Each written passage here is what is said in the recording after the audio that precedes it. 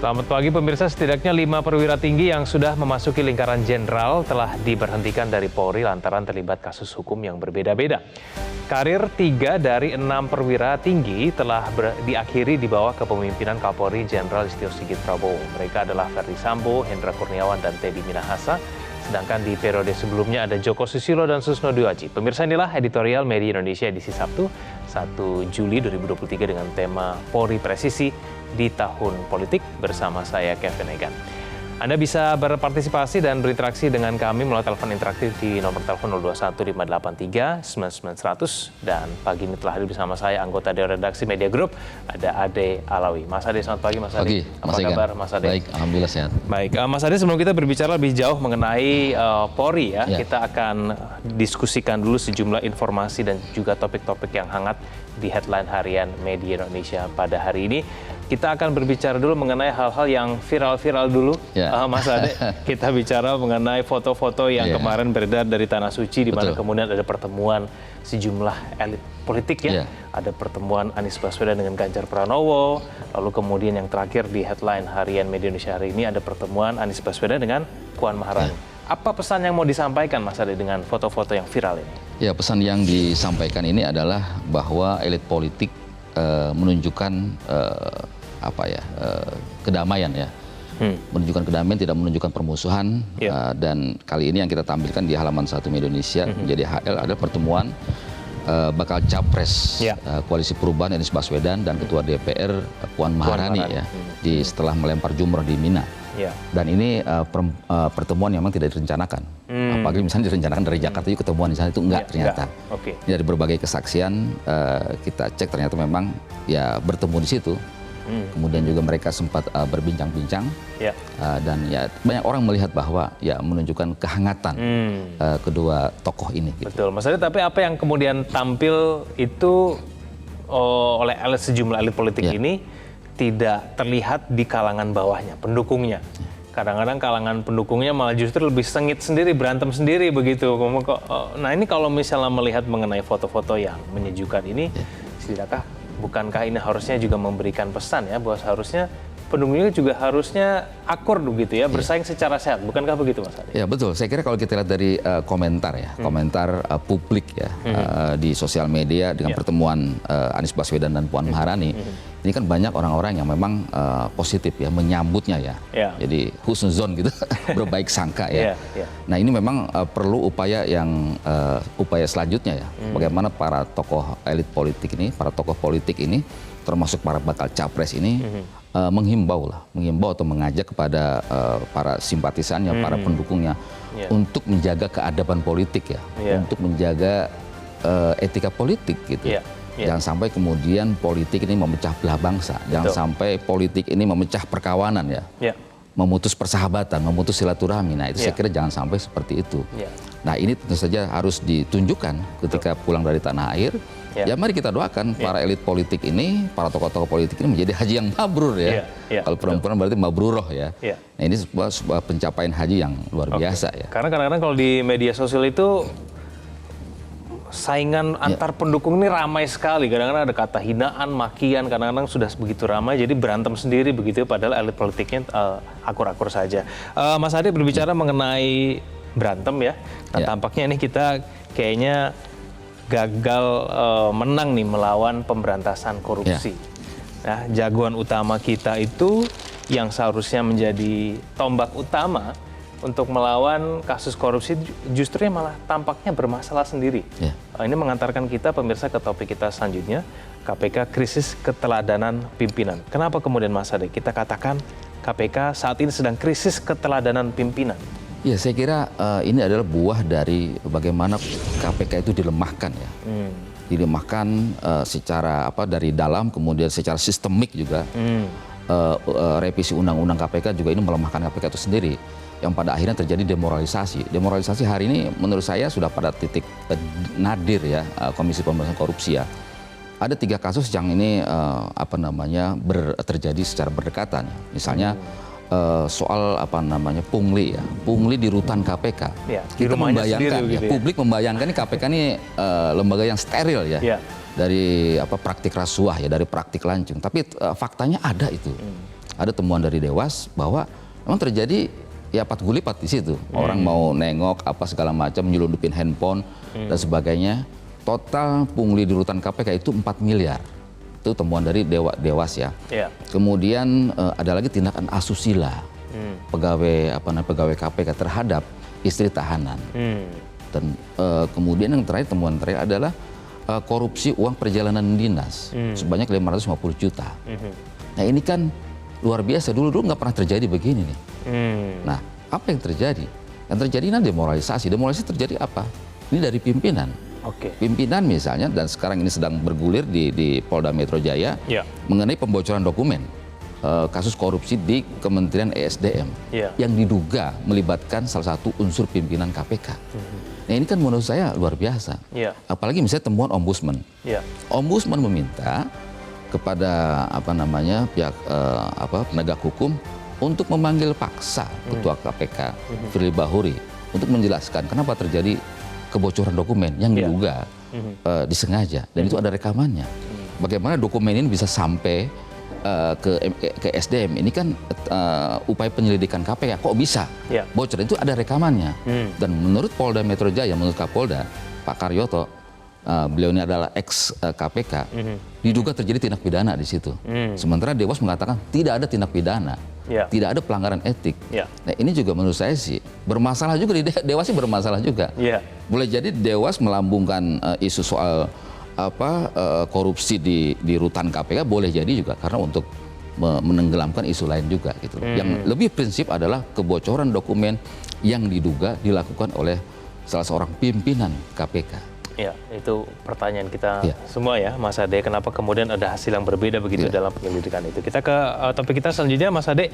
Ini mengenai pemerintah yang harus tegas menjalankan hilirisasi, tapi yang mempertanyakan mengenai hilirisasi ini organisasi internasional yang bukan kaleng-kaleng nih, Mas Ade. Ini IMF sendiri yang kemudian meminta pemerintah untuk mengkaji ulang pembatasan ekspor tersebut. Apakah memang hilirisasi ini menguntungkan bangsa kita sebetulnya, Mas Ade? Ya, hilirisasi ini saya kira upaya yang harus kita apresiasi ya.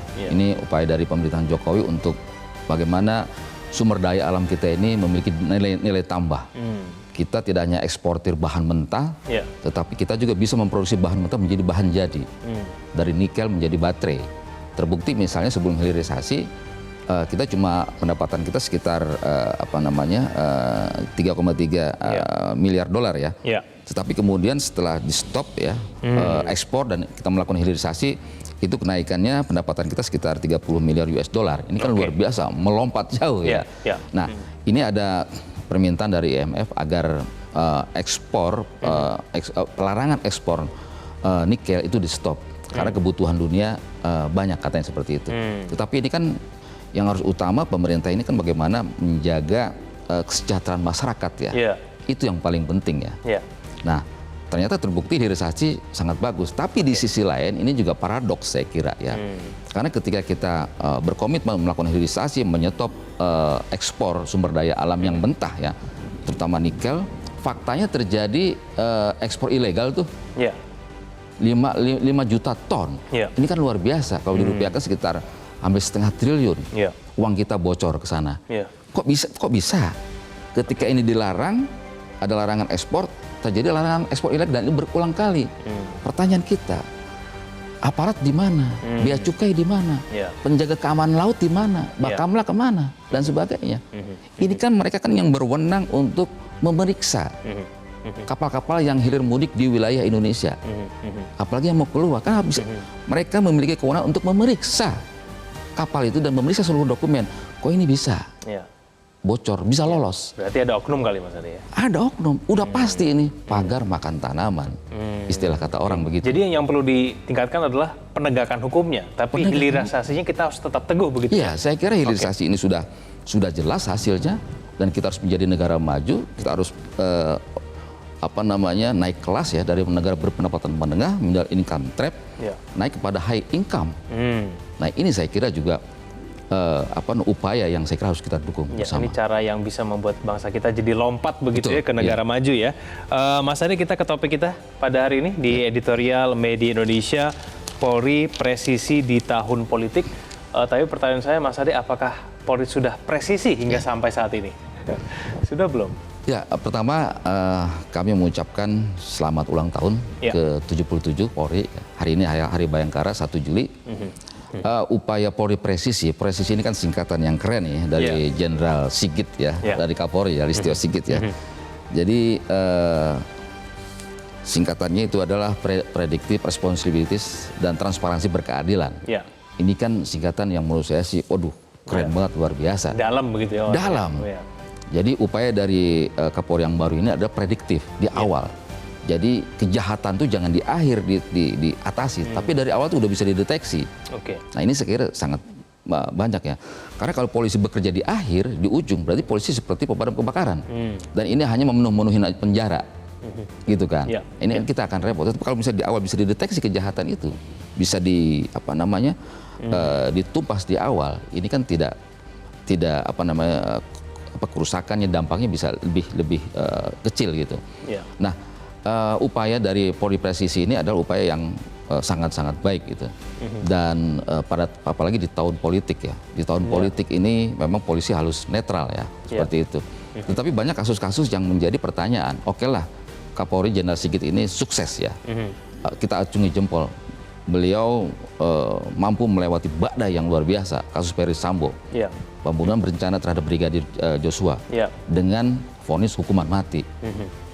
Ini harus kita acungi jempol. Dan ini pula yang menaikkan tingkat kepercayaan masyarakat terhadap kepolisian. Semula ketika terjadi kasus Sambo, itu kepercayaan di bawah sekitar 40%, di bawah 50%. Kemudian ketika proses bergulir, persidangan dan vonis, sekarang tingkat kepercayaan kepada polisi 72%. Ditambah lagi dengan kasus narkoba narkoba, Teddy Minahasa, mantan Kapolda Jabar, Kapolda Sumatera Barat, kemudian divonis seumur hidup. Ini kan luar biasa tegas ya. Ternyata kenapa narkoba nggak habis-habis? Ya pagar makan tanam, oknum yang bermain. Dan ini level Kapolda, level jenderal pelakunya, pengedarnya, kan luar biasa. Bintang 2 lagi. Tetapi kita memberikan catatan juga. Kasus Kanjuruhan sampai sekarang ini sangat-sangat tidak berkeadilan. 2 dari 3 polisi divonis bebas, satunya divonis 1 tahun. Nah ini kan juga sangat menyinggung ya rasa keadilan publik, yang sampai hari ini keluarga korban masih menuntut. Baik, Mas Ade, kita akan lanjutkan nanti ya diskusi kita. Kita akan ikuti dulu paket informasi berikut ini. Pemirsa, inilah editorial Media Indonesia, Polri presisi di tahun politik.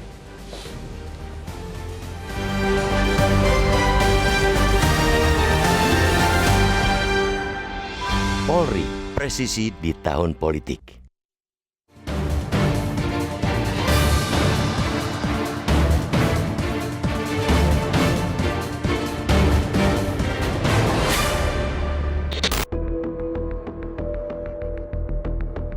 Setidaknya 5 perwira tinggi yang sudah memasuki lingkaran jenderal telah diberhentikan dari Polri lantaran terlibat kasus hukum yang berbeda-beda. Karir 3 dari 6 perwira tinggi telah diakhiri di bawah kepemimpinan Kapolri Jenderal Listio Sigit Prabowo. Mereka adalah Ferdy Sambo, Hendra Kurniawan, dan Teddy Minahasa. Sedangkan di periode sebelumnya ada Joko Susilo dan Susno Dwaji. Di sisi lain, Polri belum memberhentikan Brigjen Prasetyo Utomo yang terlibat dalam pemalsuan surat jalan dan menerima suap 100.000 US dollar untuk menghapus red notice Joko Chandra. Padahal Mahkamah Agung telah menghukum mantan Karo Korwas PPNS Bareskrim Polri tersebut dengan 2,5 tahun penjara. Sebuah ironi, elit lembaga yang antara lain berfungsi untuk menegakkan hukum justru membuat hukum menjadi benang basah yang tidak bisa tegak. Ketidakseganan Kapolri yang dilantik memimpin Korps Bayangkara sejak 27 Januari 2021 untuk menindak sejumlah juniornya tersebut telah berbuah manis. Berdasarkan sejumlah survei yang dilakukan lembaga berbeda dipublikasi selama April-Mei, menunjukkan tingkat kepercayaan publik yang meningkat terhadap Polri. Meskipun masih berada di jajaran bawah dibandingkan beberapa lembaga negara lain, setidaknya ada tren meningkat dibandingkan periode sebelumnya. Anjloknya citra Putra Polri selama periode 2022 tidak terlepas dari beragam kasus yang menerpa. Beberapa kasus besar diantaranya tragedi sepak bola Kanjuruhan, pembunuhan berencana terhadap Brigadir Nofriansyah Yosua Huta Barat, dan penyalahgunaan narkoba oleh Teddy Minahasa. Peningkatan kepercayaan publik terhadap Polri antara lain karena kepercayaan terhadap posko presisi di Mabes Polri dalam memelihara keamanan dan ketertiban dan layanan hotline 110. Publik juga puas dengan kemampuan aparat kepolisian dalam menyerap aspirasi warga. Tren positif mengacu hasil survei tentunya.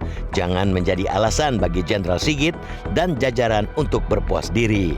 Apalagi bila kita mencari di dunia maya mengenai polisi jujur, akan menghasilkan Jenderal Hugeng yang menjabat Kapolri periode 1968-1971.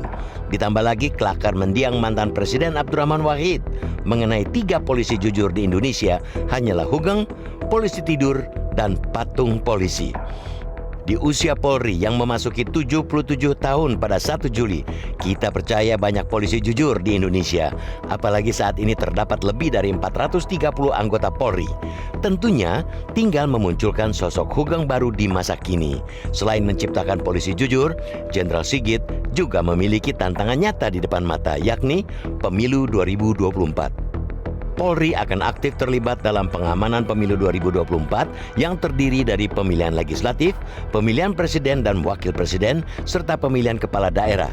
Di rezim pemilu, Polri akan terlibat antara lain dalam pengamanan kegiatan rutin, pengawasan kampanye hitam dan politik uang, hingga penggunaan sarana dan prasarana Polri dalam pengamanan dan distribusi logistik ke daerah yang sulit dijangkau.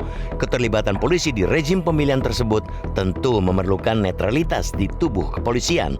Apalagi sebagaimana pernah ditekankan oleh Ketua Badan Pengawas Pemilu Rahmat Bagja, Polri memiliki peran krusial dalam menjaga setiap tahapan penyelenggaraan pemilu agar aman dan kondusif. Apalagi netralitas polisi diamanatkan dalam Undang-Undang Nomor 2 Tahun 2002 tentang Polri Pasal 24 Ayat 1 yang menyebutkan Kepolisian Negara Republik Indonesia bersikap netral dalam kehidupan politik dan tidak melibatkan diri pada kegiatan politik praktis. Undang-Undang Nomor 7 Tahun 2017 tentang Pemilu memastikan kalau personal Polri dan TNI masih tidak menggunakan hak untuk memilih. Akan tetapi, Jenderal Sigit juga meminta keluarga polisi yang memiliki hak pilih untuk membatasi diri dan tidak menggunakan atribut berbau Polri saat menyatakan pilihan mereka. Ragam pembatasan lain juga telah dikeluarkan untuk menjaga serta menjamin netralitas Polri di pemilu. Mayoritas publik melalui survei juga sebenarnya mempercayai Polri netral saat pemilu 2024. Kepercayaan dan harapan publik terhadap Polri telah terungkap dalam survei. Kini tinggal bagaimana jajaran kepolisian menjaga kepercayaan tersebut. Sekali lagi, Dirgahayu ke-77 bagi Polri.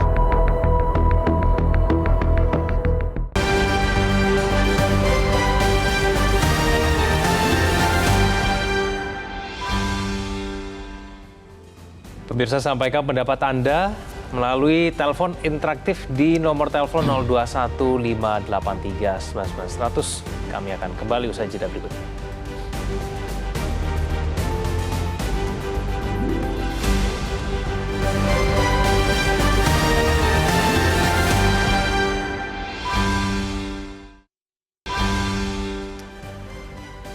Pemirsa, untuk membahas tema editorial hari ini, kami telah terhubung melalui sambungan telepon dengan Komisioner Kompolnas Pungki Indarti. Mbak Pungki, selamat pagi.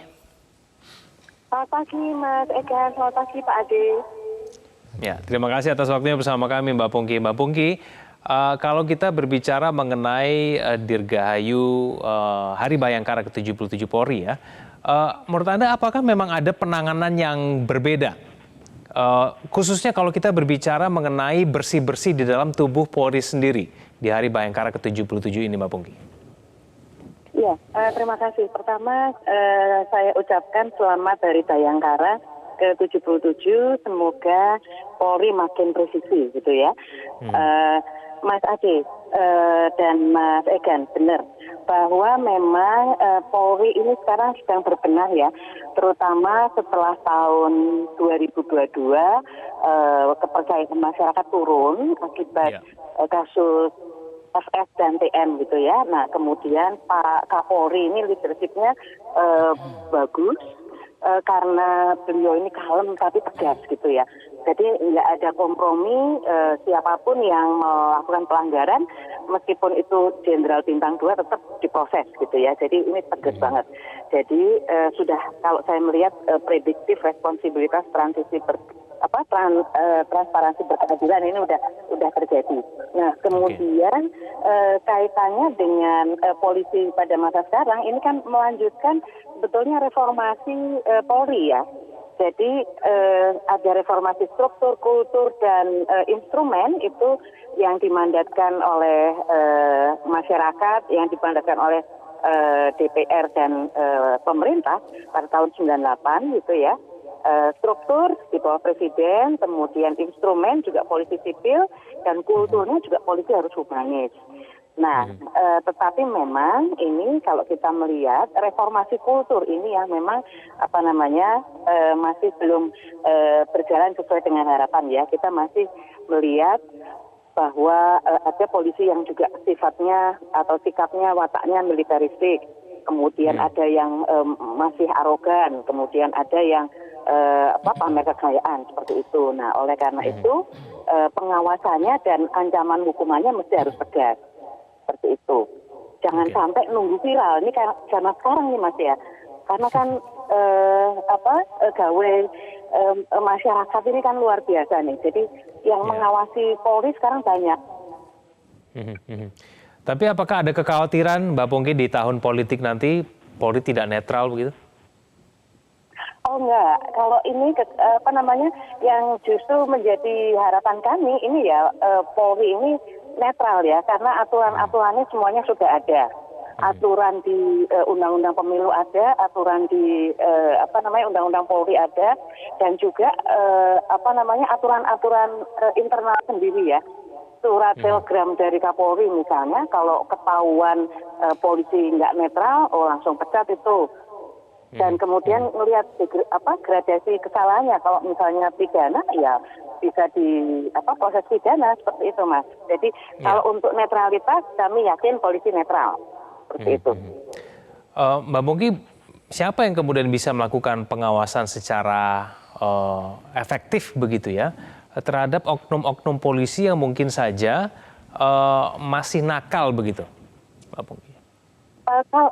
Kalau untuk pengawasan ini di level internal sudah ada pengawas internal ya. Dalam hal ini Irwasu, kalau di level daerah ada Irwasda.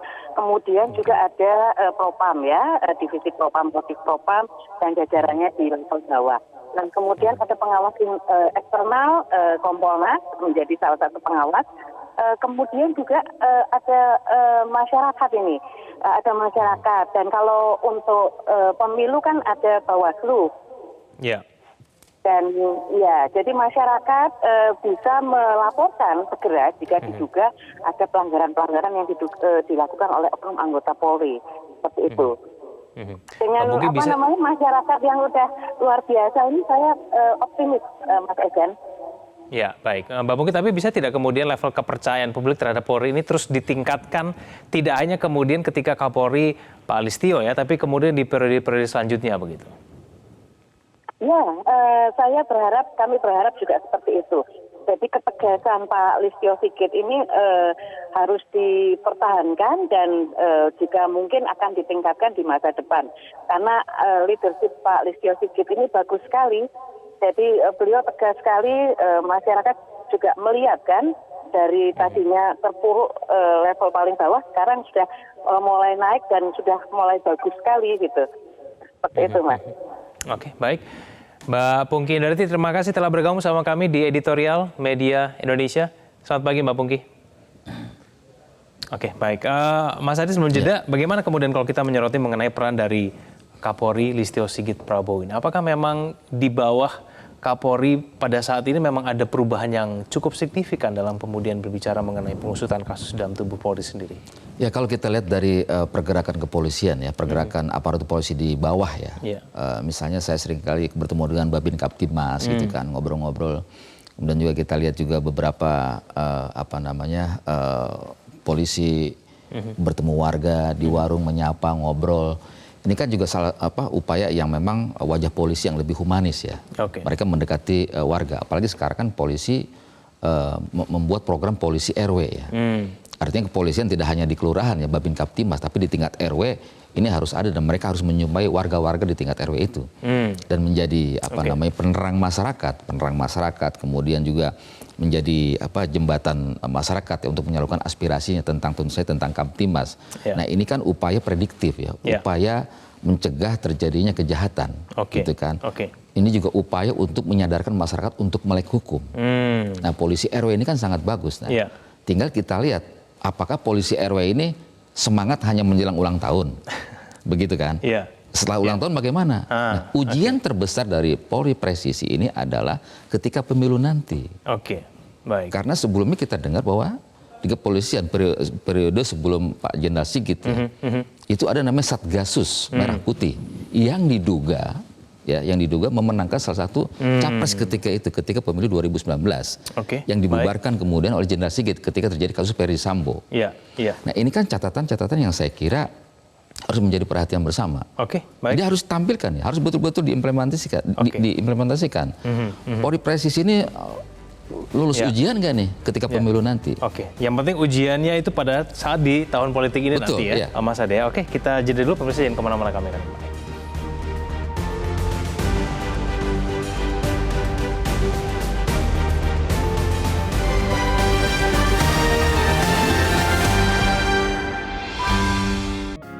Media Indonesia mengajak Anda untuk mengakses fitur premium e-paper. Dengan sajian konten berbasis intelektual dan meneguhkan kebangsaan, Media Indonesia tampil dengan lebih dinamis melalui e-paper Media Indonesia yang dapat Anda akses kapan saja, di mana saja. Caranya mudah, download aplikasi Media Indonesia di Android atau ketik link e-paper.mediaindonesia.com atau bisa scan QR Code pada layar kaca Anda. Klik tab e-paper di bagian samping layar tablet Anda, daftarkan data diri, serta pilih paket berlangganan e-paper Media Indonesia sesuai dengan kebutuhan Anda. Nikmati juga bonus spesial tambahan 4 halaman rubrik fokus setiap hari. Semua bisa Anda dapatkan hanya di e-paper Media Indonesia. Untuk informasi lebih lanjut, hubungi customer service di nomor 0811 1201 2018 atau kunjungi media sosial @Media Indonesia. Media Indonesia, referensi bangsa. Kembali bersama kami di editorial Media Indonesia. Pemirsa, kita akan mulai menyapa penelpon kita pada pagi hari ini. Yang pertama ada Pak Ondo dari Bekasi. Pak Ondo, selamat pagi. Selamat pagi, Metro TV. Pagi, silakan Pak Ondo. Iya, pertama saya ucapkan happy anniversary 77 buat Polri ya. Saya bangga dan mengapresiasi kepemimpinan Bapak Jenderal Listio Sigit, berani, tegas, membabat sepak terjang jenderal-jenderal yang nakal. Perwira-perwira yang berani coba-coba cari cuan melalui masuknya Akpol, langsung dipecat. Keamanan juga ya cukup lebih baik meski belum sempurna. Perihal netralitas di tahun politik, saya yakin mereka para polisi netral. Asal saja parpol tidak membawa-bawa mereka atau memancing-mancing mereka menjadi terlihat tidak netral. Kedua, keamanan pemilu, saya yakin mereka Polri itu siap. Hanya ada 2 hal yang membuat mereka terganggu. 1, takut disebut melanggar HAM. Karena kadang-kadang Komnas HAM ini bila mereka tegas disebut melanggar HAM. Kedua, takut disebut mencederai agama. Karena yang dihadapi beratribut agama. Kan kita kadang-kadang saat kampanye, banyak para pelaku kampanye itu menggunakan atribut agama. Bila terjadi keonaran, maka polisi akan berhati-hati, terlihat akan tidak tegas karena dihadapi orang-orang yang beratribut agama. Jadi saya yakin di bawah kepemimpinan Listio Sigit, polisi ini semakin maju ke depan. Sekian, terima kasih. Terima kasih Pak Ondo. Kita ke Temanggung, ada Pak Sukarwan dari Temanggung. Pak Sukarwan, selamat pagi. Selamat pagi, Metro TV. Ya. Silakan Pak Sukarwan. Yang pertama-tama dan paling utama saya mengucapkan selamat ulang tahun Polri ya, yang ke-77. Saya kira usia 77 sudah relatif dewasa lah, sudah dewasa, sudah matang. Yang kedua, saya ingat sejak pemerintahan Gus Dur, Polri kan dipisahkan dari ABRI. Itu artinya untuk ke depan lebih baik, lebih merakyat, lebih persuasif. Sampai-sampai seragam Polri itu kalau era dulu kan baju selalu dimasukkan terkesan formal. Sekarang bajunya tidak dimasukkan sehingga terkesan santai, memasyarakat, lebih dekat dengan rakyat. Yang ketiga, kepemimpinan Pak Listio Sigit memang harus tegas karena banyak polisi-polisi terutama seperti kasus Pak Teddy Minahasa, Verdi Sambo itu kan sudah menjadi pelajaran sangat berharga, jangan ditiru yang lain. Masih ada beberapa polisi yang jadi backing, nah itu di mata masyarakat masih menyoroti itu. Yang keempat, masuk akpol itu di mata masyarakat di daerah saya itu masih terkesan wani piro. Wani piro itu bahasa Temanggung ya, bahasa Indonesianya itu berani berapa. Nah ini masih terngiang-ngiang sehingga orang yang punya anak prestasi mau daftar akpol itu masih trauma. Kok gegek lulus ujian pertama sampai ke 9 lolos, ujian terakhir 10 wawancara, wani piro ini loh yang masih sangat masif di hati masyarakat kesan itu aja. Semoga polisi lebih baik dan polisi yang jujur lah. Sekali lagi akpol harus dibina, ini kesan wani piro itu masih terngiang-ngiang di hati masyarakat. Sehingga saya sendiri kalau punya anak atau cucu mau lulus SMA mau masuk Polri, akpol itu masih mikir, wah wani piro, wani sekian ratus juta, wani sekian miliar, ini wani piro itu harus diberantas betul. Makasih Bang. Ya, terima kasih Pak Sukarwan. Selanjutnya ada Pak Ramadan dari Jambi. Pak Ramadan, selamat pagi. Selamat pagi, Assalamualaikum Pak Egan dan Mas Adi. Ya, pertama saya mengucapkan selamat ulang tahun polisi yang kita banggakan, yang tahun yang ke-77, Metro secara khusus mengangkat polisi PSSI di tahun politik. Saya bangga hari ini, beberapa tahun ini kita dihibur oleh pemberitaan media, banyak polisi, jenderal-jenderal yang nakal itu dipecat. Maka itu hiburan ini membanggakan bagi rakyat kepemimpinan Pak Sigit ini. Yang berikutnya Pak Ade, posisi baik ini tentu rakyat berharap sekalipun ada yang kecil-kecil masih perlu diperbaiki, tetapi yang besar Pak Sigit sudah membuka pintu itu. Kedepannya Pak Sigit, Pak Ade, kita berharap polisi ini dari sekarang itu ke depan lebih baik lagi. Apalagi nanti pemerintahannya baru, presidennya baru, tentu Kapolrinya baru lagi. Maka itu yang baik ini hendaknya menjadi catatan emas untuk ke depan supaya ini lebih ditingkatkan lagi. Di kalangan akar rumput, polisi sudah menjadi sahabatnya masyarakat Pak Ade dan Pak Egan. Terima kasih polisi, mudah-mudahan berikutnya polisi lebih baik daripada sekarang. Assalamualaikum warahmatullahi wabarakatuh. Waalaikumsalam. Terima kasih Pak Ramadan dari Jambi. Mas Ade, tampaknya harapan kepada Polri sangat tinggi ya dari Iya, luar biasa ini. Luar biasa ya. Tapi diapresiasi memang dalam kemudian memberhentikan sejumlah jenderal-jenderal itu. Tapi sebetulnya ada banyak juga persoalan-persoalan lain yang sebetulnya juga terasa dekat dengan masyarakat begitu. Lebih bisa dilihat di lingkungan sehari-hari. Apa tanggapan Mas Ade mengenai polisi memang tentu saja bekerja berdasarkan skala prioritas ya.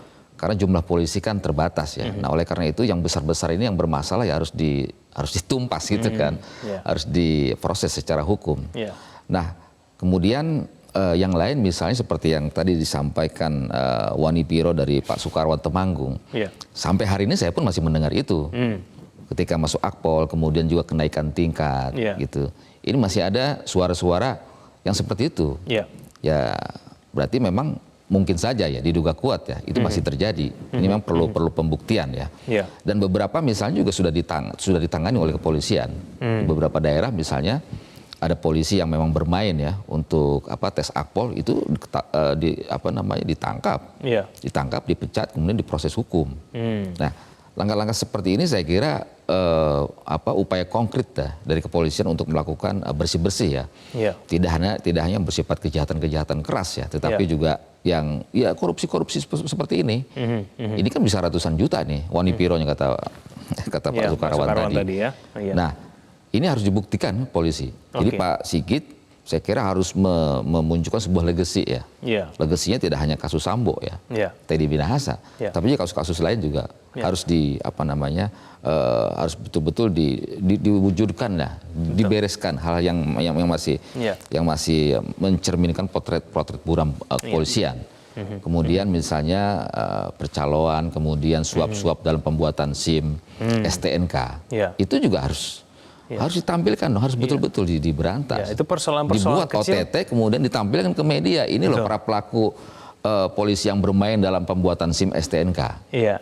Itu Gitu. persoalan yang dekat dengan masyarakat. Betul. Ya, Mas Ade, yang kemudian bisa dilihat sehari-hari dalam kehidupan kita begitu. Ada juga mengenai persoalan-persoalan yang mungkin dianggap oleh anggota masyarakat bahwa Polri belum terlihat tegas ketika kemudian berhadapan dengan isu HAM.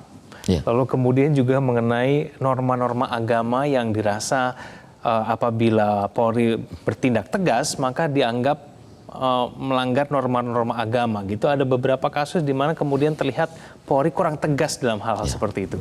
Nah, apakah memang persoalan-persoalan ini sebetulnya yang lebih banyak berperan sehingga kemudian tingkat kepercayaan kepada Polri ini belum sampai ke tingkat yang kita harapkan sebetulnya, Mas Ade? Saya kira ada dua hal ya menghadapi isu yang sensitif ya, isu HAM dan isu agama ya. Nah, ini upayanya adalah polisi saya kira harus sering-sering menyampaikan bagaimana polisi itu harus polisi bertindak, SOP-nya seperti apa. Kemudian polisi juga mesti sering-sering juga berkomunikasi dengan Komnas HAM. Jangan sampai ada terjadi kejadian Komnas HAM bersuara ini pelanggaran HAM gitu. Tetapi kalau misalnya ada satu kesepahaman antara kepolisian dengan Komnas HAM, ini juga bisa diatasi ketika terjadi suatu masalah. Kemudian terkait dengan ketika bersinggungan dengan kelompok-kelompok yang sering-sering memakai baju agama ya. Nah, ini ada dua hal juga. Saya kira polisi yang Jenderal Listio Sigit, ini beberapa kali juga kita melihat Pak Listio Sigit yang mendatangi masjid, gereja, mendatangi tokoh-tokoh agama untuk menyampaikan tugas kepolisian seperti apa, kewenangan polisi seperti apa gitu, menjaga, melindungi, mengawal masyarakat, melayani masyarakat. Ini saya kira dialog ini harus terus ditingkatkan. Polisi masuk pesantren udah benar tuh. Di beberapa daerah di Jawa Timur misalnya polisi punya program polisi ngaji, polisi nyantri. Ini kan upaya secara kultural gitu kan. Dan banyak lagi yang saya kira harus dilakukan. Jadi ketika upaya kultural ini mendekati masyarakat, mendekati kelompok-kelompok agama, ini tampilkan polisi itu seperti apa kerjanya gitu.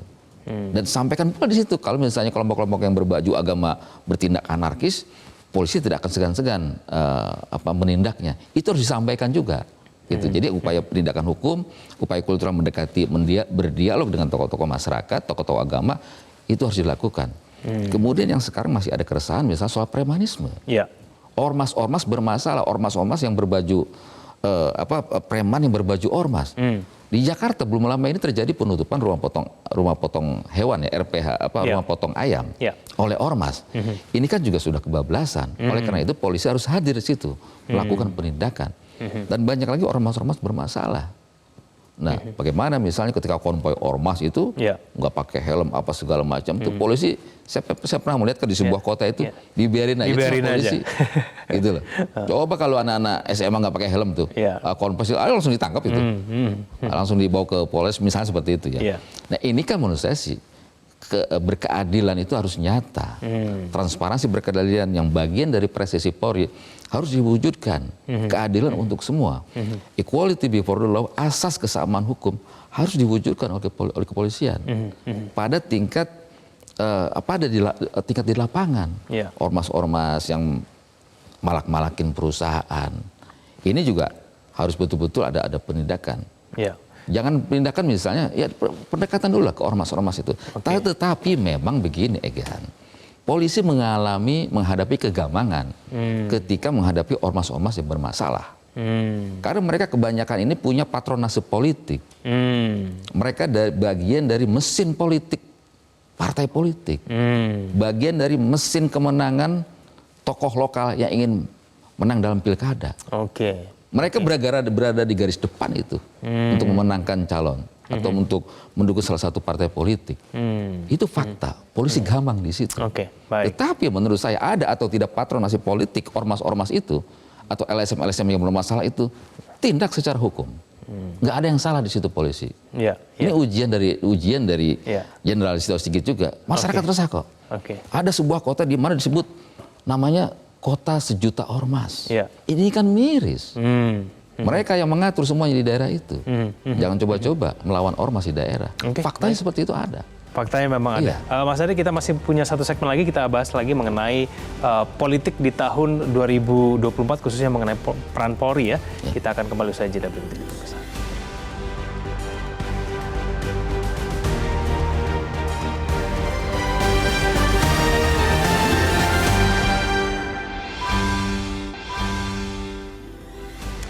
Kembali bersama kami di Editorial Media Indonesia. Mas Ade, kalau misalnya memang betul ada indikasi yang kuat bahwa Polri bisa berperan tidak netral di tahun politik dalam berbagai bentuk keberpihakannya itu seperti apa? Lalu cara yang paling efektif ya untuk kemudian Polri ini betul-betul netral itu bagaimana caranya? Kalau misalnya memang ada preferensi politik tertentu begitu ya, dekat dengan ormas tertentu yang mungkin bisa, yang punya preferensi politik dan mendukung terhadap pilihan tertentu begitu di tahun politik, itu bagaimana Mas Ade nantinya? Gini, kalau kita lihat dari ungkapan ya, ikan itu busuk dari atas.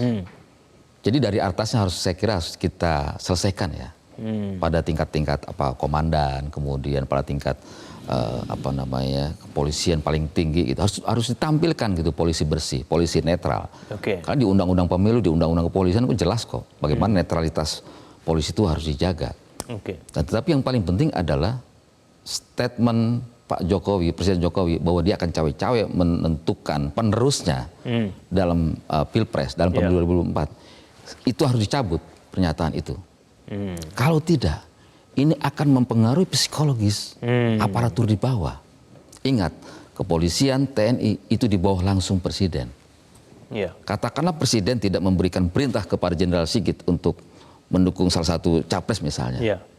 Tapi omongan-omongan di media ini kan menimbulkan kegambangan juga gitu. Loh, aduh, gimana ini? Katakanlah nanti terjadi konflik tuh antara capres ini dengan capres ini. Nah, itu bagaimana nanti kepolisian? Karena kan ada kegambangan.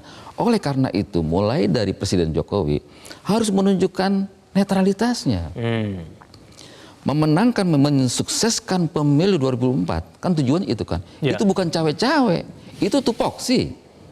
Cawe-cawe ini kan ya pekerjaan penting nggak penting, ikut-ikutan gitu kan.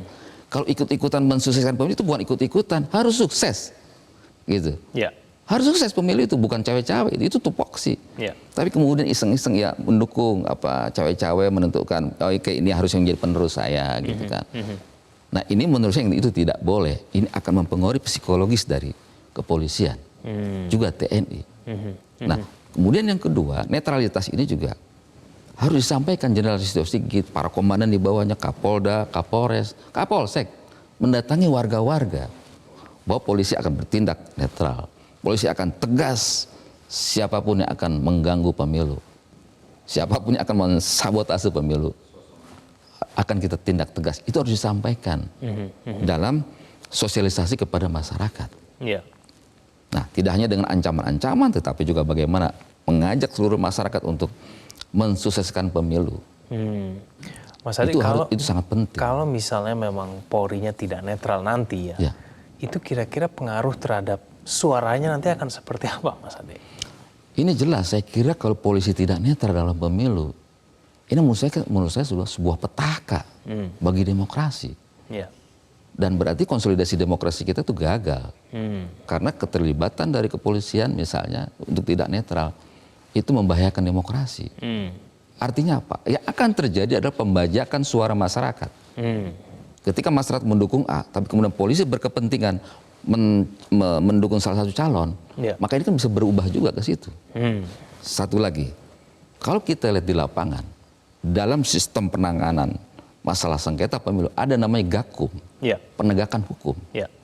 Banyak unsur di situ, ada Bawaslu, ada tokoh masyarakat, perangkat pemerintah dan sebagainya. Nah, ini kalau misalnya polisi tidak netral, ini bisa mengganggu kerja di Gakum itu sendiri, kerja sengketa hukum di bawah ya. Polisi seringkali menjadi rujukan ketika terjadi masalah-masalah sengketa sengketa kepemiluan ya. karena di Gakum ada polisi sering dimintai pendapat ini gimana masalah ini. Nah kalau polisi tidak netral, ini berbahaya. Yang paling penting adalah polisi tetap menjaga profesionalitas, kompetensinya harus dijaga, kredibilitas harus dijaga. Gakum ini sangat penting sekali. Banyak kasus-kasus yang itu kemudian dilaporkan ke Gakum tidak ada penyelesaian. Kalaupun kemudian diproses, ujung-ujungnya ya segitu aja. Ya. Sementara fakta hukumnya, pidananya ada. Ini seringkali terjadi seperti itu. Nah oleh karena itu biar polisi yang ada di Gakum tidak bekerja di ujung, sosialisasi kepada masyarakat, kepada tokoh-tokoh politik, gitu, agar praktek politik yang dilakukan oleh para elit politik dalam pemilu ya politik yang berkeadaban, gitu kan, politik yang memang menjaga sopan santun.